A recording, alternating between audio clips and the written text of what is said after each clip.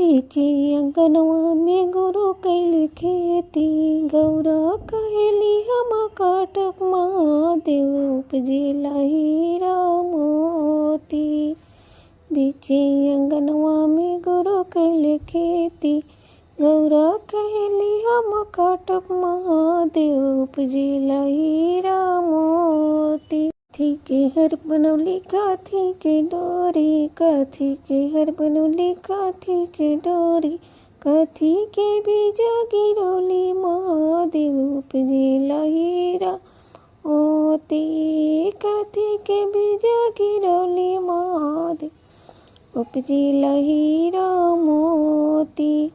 अरे सोने के हर बनौली रेशम के डोरी, सोने के हर बनौली के डोरी, हरि दया के बीजा गिरौली महादेव उपजेला हीरा मोती।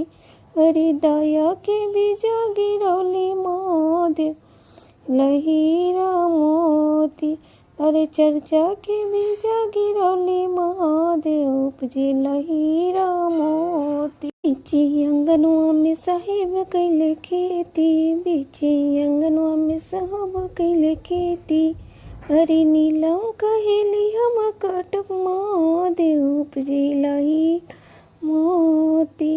हरि दीदी कहेली हम काटक महादेव उपजेला हीरा मोती।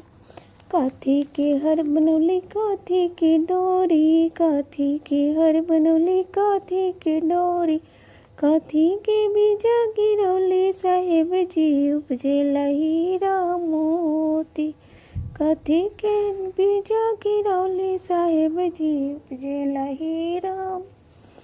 अरे दया के हर बनौली रेशम के डोरी, दया के हर बनौली रेशम के डोरी, नमन के बीजा गिरौली साहेब जी उपजेला हीरा मोती।